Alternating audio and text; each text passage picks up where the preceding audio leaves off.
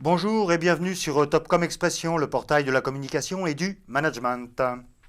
80 ans déjà, c'est l'âge de l'ARPP, autrement dit Autorité de régulation professionnelle de la publicité.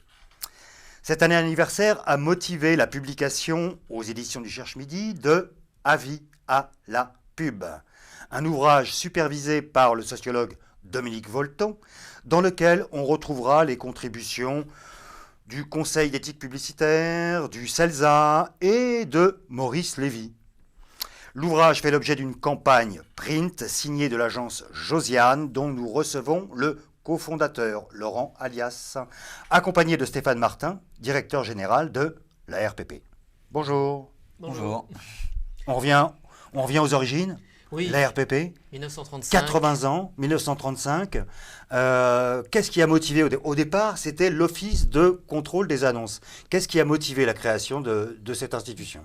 Ce qui a motivé, c'est déjà deux grands acteurs, Marcel Blochstein et Jean Prouvost, donc déjà Publicis, qui ont voulu chasser la mauvaise pub pour valoriser la bonne publicité, celle qui en tout cas allait moins agacer les pouvoirs publics qui sont toujours prompts à réguler les messages publicitaires déjà dès l'époque. Alors la problématique essentielle, c'était la publicité mensongère, bien sûr, qui est un fléau historique, qui ne datait pas des années 20 ni des années 30.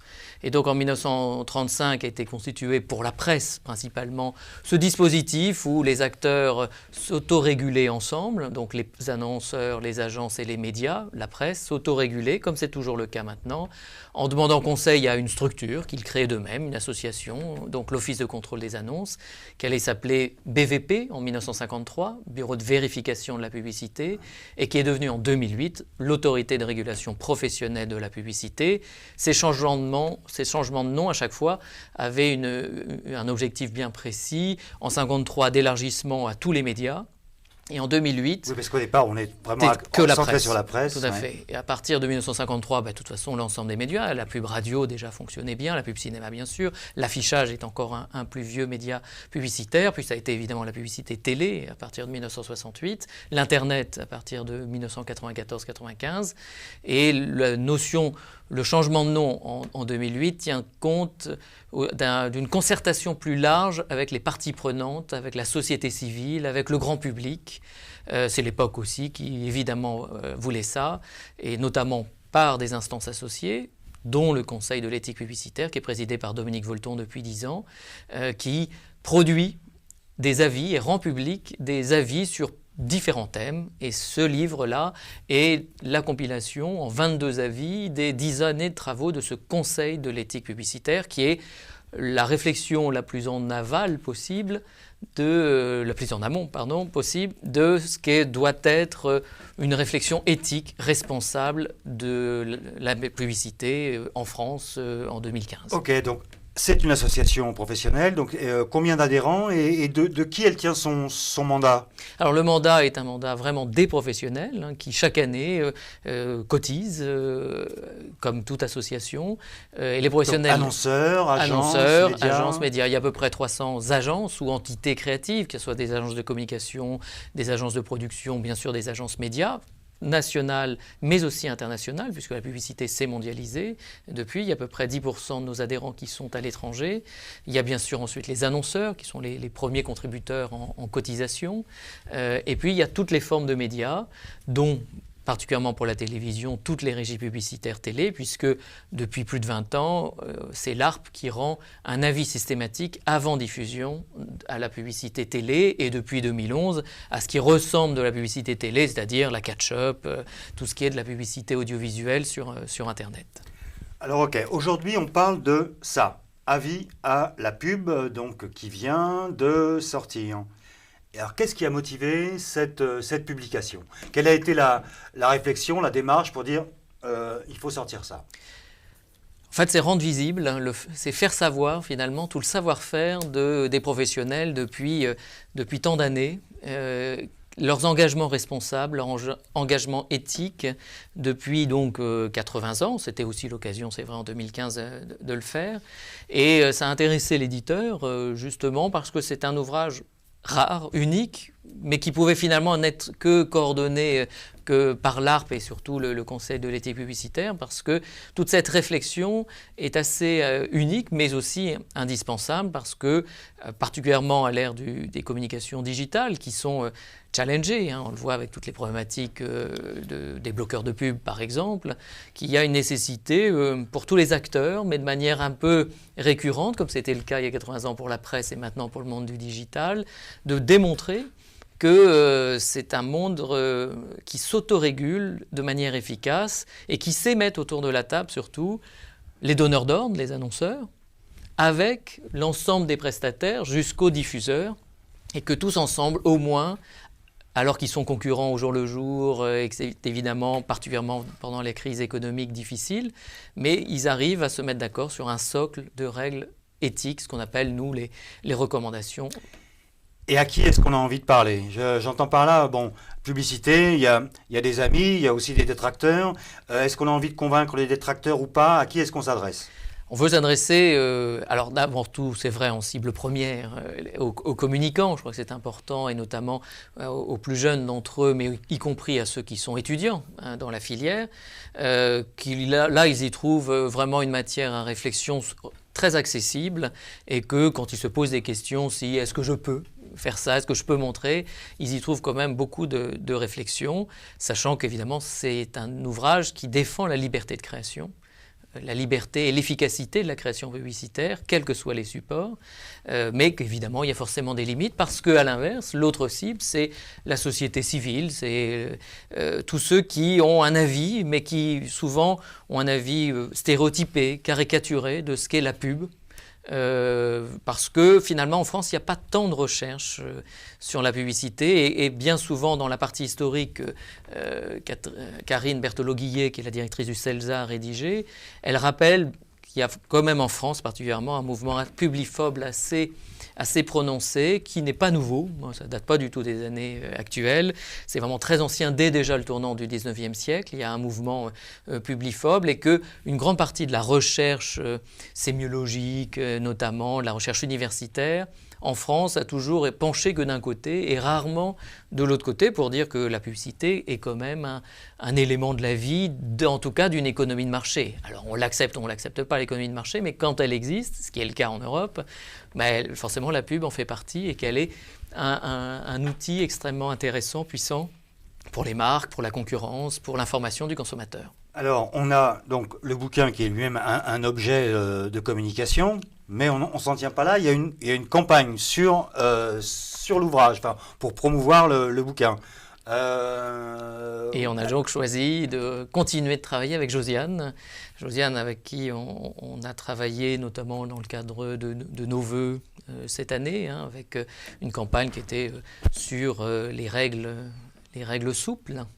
Parce que c'est bien le message qu'on veut toujours faire passer, qui est que il faut des règles, de toute façon, il y a des règles. Vaut mieux que ce soit des règles que la profession se fixe elle-même et se l'applique, et donc nécessite du contrôle, ce qui est normal, c'est le rôle de l'ARP aussi de contrôler l'application des règles, que les professionnels se fixent, mais qu'il faut qu'elles soient souples et adaptées, et que c'est ces deux pieds qui permettent de rendre acceptable, et au bout du bout, de voir qu'en France, il y a quand même peu de problèmes sur des publicités.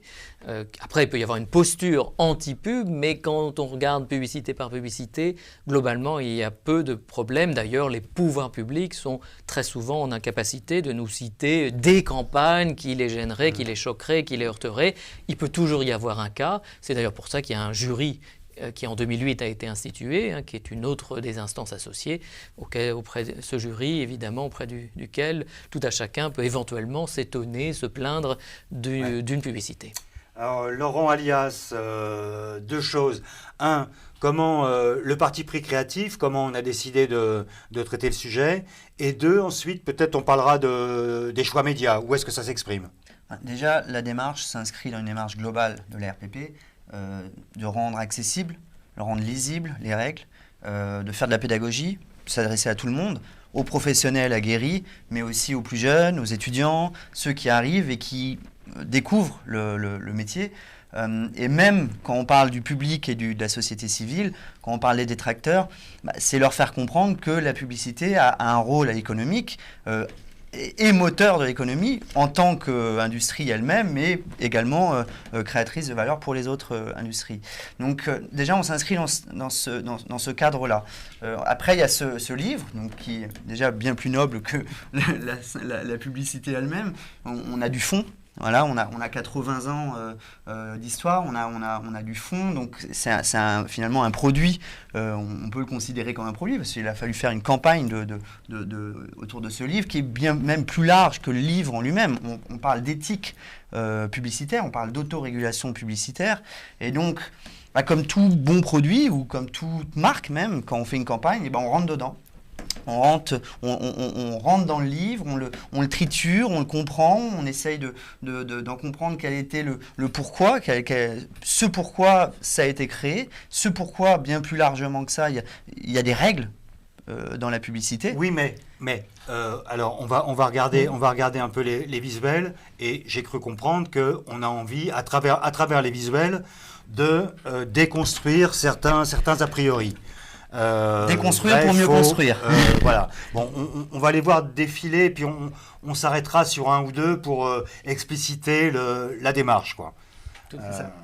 La démarche, elle est très simple en fait. Et c'est la démarche qu'a la RPP depuis longtemps, c'est de montrer qu'on peut avoir des règles d'un côté, mais cela n'empêche pas la créativité. Les règles sont là pour cadrer. Il faut des règles. Partout, dans toute industrie, il faut des règles. Et donc, on montre via cette campagne qu'on peut avoir une belle idée, on peut être créatif, tout en étant responsable, éthique. Donc, si on s'arrête sur celle-ci, donc la copie, donc on voit Potiche, la copie, elle nous dit, pardonnez-moi, hop, en publicité, on peut montrer une cruche, un pot de fleurs, ou encore une potiche, tant qu'on ne réduit pas la personne à la condition d'objet. Voilà. Alors, là, on a envie de déconstruire certains schémas, non ? Alors ça part évidemment déjà d'une règle, d'une recommandation historique que les professionnels se sont fixés, ce qu'on appelle la recommandation sur l'image de la personne humaine. C'est-à-dire on ne réduit pas une personne, une femme, c'est une vieille règle déontologique par exemple, à la condition d'objet. Et donc ça part de cette idée-là. Donc il y a évidemment beaucoup d'avis. C'est un premier des motifs des plaintes devant le jury. C'est vraiment la plus grande. C'est là où l'autodiscipline, l'autorégulation a le plus large champ. Donc c'est à partir de cet avis il y en a plusieurs, sur la nudité par exemple, qui est toujours un sujet sensible dans la publicité, que s'aborde cette idée, a été construit finalement cette idée que non, l'individu n'est pas un objet. Ok. Si on peut voir celle de What the fuck, alors là, qu'est-ce qu'on a envie de Pareil, la mécanique publicitaire est la même, c'est-à-dire qu'on montre un objet qui est On est bien d'accord qu'au départ, l'expression, c'est quoi ce bordel, quoi ? Exactement. L'idée est de montrer qu'on peut être impactant. Alors même si c'est un mot qui n'existe pas dans la langue française, on peut être efficace, on peut avoir une idée, être éthique. Et donc là, celle-là s'appuie sur, finalement, beaucoup de marques tombent parfois dans le jeunisme, essayent de parler aux jeunes, mais tapent à côté parce qu'ils ne les ont pas compris, ils ne les ont pas assez observés. Donc, et c'est ça une bonne publicité. Une bonne publicité, c'est on comprend à qui on s'adresse et on leur parle, mais au sens littéral. Et donc, les jeunes, ils disent des nouveaux mots, donc what the quelque chose. Donc là, on a retourné ce que peuvent dire les jeunes et ça devient what the fuck. Avec en plus la loi tout bon à appliquer, ce qui est l'autre clin d'œil, qui est qu'en France, il faut évidemment appliquer depuis 1994, parce qu'il faut rappeler que la publicité répond évidemment à des règles que les professionnels se fixent, mais il y a aussi la loi. Et la loi s'impose à tous, et un des travaux récurrents de l'ARPE, c'est aussi de rappeler qu'il y a une loi qui doit s'appliquer. Parlons rapidement donc ensuite des choix médias. Donc on est apparemment beaucoup en print, choix médias. On est digital, beaucoup aussi. C'est un système, donc c'est des mots et puis qui correspondent à des visuels, qui marchent partout. Donc ça marche en print, ça marche en digital, donc on est évidemment très digital, et puis tous les supports que peuvent utiliser la RPP. Voilà, donc ça marche partout. C'est l'idée. Et après, c'est surtout du digital parce que on veut parler aux plus jeunes, aux blogueurs, à toutes ces nouvelles formes de communication, etc. On est comment en termes d'achat? Quelle agence média? Il n'y a pas d'agence média pour l'instant. Okay. En fait, on s'appuie sur l'ensemble de nos relais. On a la chance d'avoir 700 adhérents, donc beaucoup de médias. Dont des supports. Voilà, avec eux, on leur propose... Donc on est sur de l'espace gracieux? On leur propose évidemment qu'ils le prennent comme ça. Et d'ailleurs, il y a un très bon accueil évidemment sur le livre lui-même, puisque ça répond bien à leur engagement. Parce qu'adhérer finalement à l'ARP, c'est un engagement RSE, hein, on pourrait le dire maintenant, même si le mot n'existait pas il y a 80 ans. Mais pour une marque, c'est un engagement de responsabilité vis-à-vis de l'interne, vis-à-vis de l'externe, vis-à-vis de ses parties prenantes. Donc voilà, après c'est ouvert, on laisse à disposition de l'ensemble de nos membres et beaucoup de supports évidemment de pouvoir relayer cette information. Si j'ai bien compris, donc c'est pas une première collaboration entre Josiane et la RPP, il y a de l'antériorité. Dites-nous un peu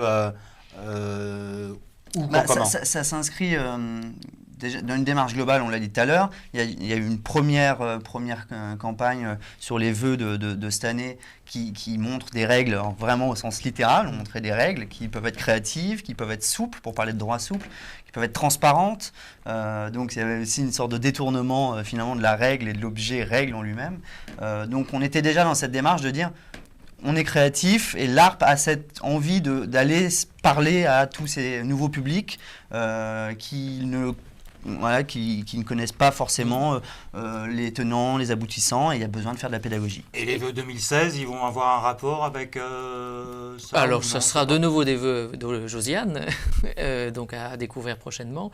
Mais non, l'idée, ça sera un peu plus dans le droit fil de la campagne que Laurent avait aussi conçue précédemment en année 2014, qui était toujours sur cette idée penser out of the box, donc on utilisait volontairement déjà l'anglais, qui est qu'il faut être...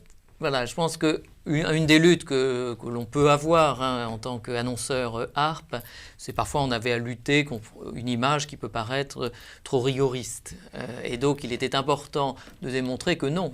Au quotidien, ce n'est pas du tout le cas. Au quotidien, on accompagne, puisque on rend 37 000 conseils dans l'année. Donc, on accompagne vraiment les agences, les annonceurs, les médias. Les ressources de l'ARP, c'est 100% ses adhérents ou il y a de la subvention? Il n'y a pas de... Depuis 80 ans, uniquement ce n'est que les adhérents, ce qui veut dire qu'au 1er janvier, on recommence, entre guillemets, à zéro, ce qui paraît évidemment tout à fait le cas, mais sur lequel il faut donc continuer à convaincre nos adhérents du service qui est rendu, parce qu'il y a un service quotidien d'aide déontologique. Évidemment, ils doivent aussi accepter qu'il y a du contrôle qui peut se faire, même si ce n'est pas l'objectif premier de l'ARP. Et donc, ce ne sont que des ressources. Mais par contre, tout professionnel peut adhérer. Il n'y a évidemment aucune limite. Quelques mots sur Josiane. Elle date de quand, Josiane? Et avec quelle structure, quel positionnement? Alors Josiane s'est créée il y a 1 an et demi, donc c'est une jeune agence. Aujourd'hui on est 10, donc ça va plutôt vite. C'est ma deuxième agence. Je l'ai créée avec Baptiste Thierry, qui lui est directeur de création derrière cette campagne. Et à la question quel est notre positionnement, on a choisi délibérément d'avoir un non-positionnement parce que le lundi on peut faire l'RPP, le mardi on peut faire du luxe et le mercredi de la voiture. Et on a une petite dizaine de budgets, on a 8 budgets pour être exact, qui peuvent être de la cosmétique. Et pourquoi on crée une agence? Donc ça remonte à début 2014 par là, c'est ça? Voilà, mi-2014. Moi j'avais déjà créé une première agence digitale que j'ai revendue il y a 1 an et demi, et avec l'envie d'avoir une agence qui est vraiment centrée sur l'idée, sur la marque. Quand on parle de non-positionnement, s'il y avait en lui-même un positionnement, s'il y avait une seule chose à dire, c'est que Josiane, c'est la maman, c'est la mère de Baptiste, vraiment, c'est le prénom de la mère de Baptiste. Et donc, on est comme une maman pour les marques. Très bien. Messieurs, je vous remercie. Merci à vous. Merci.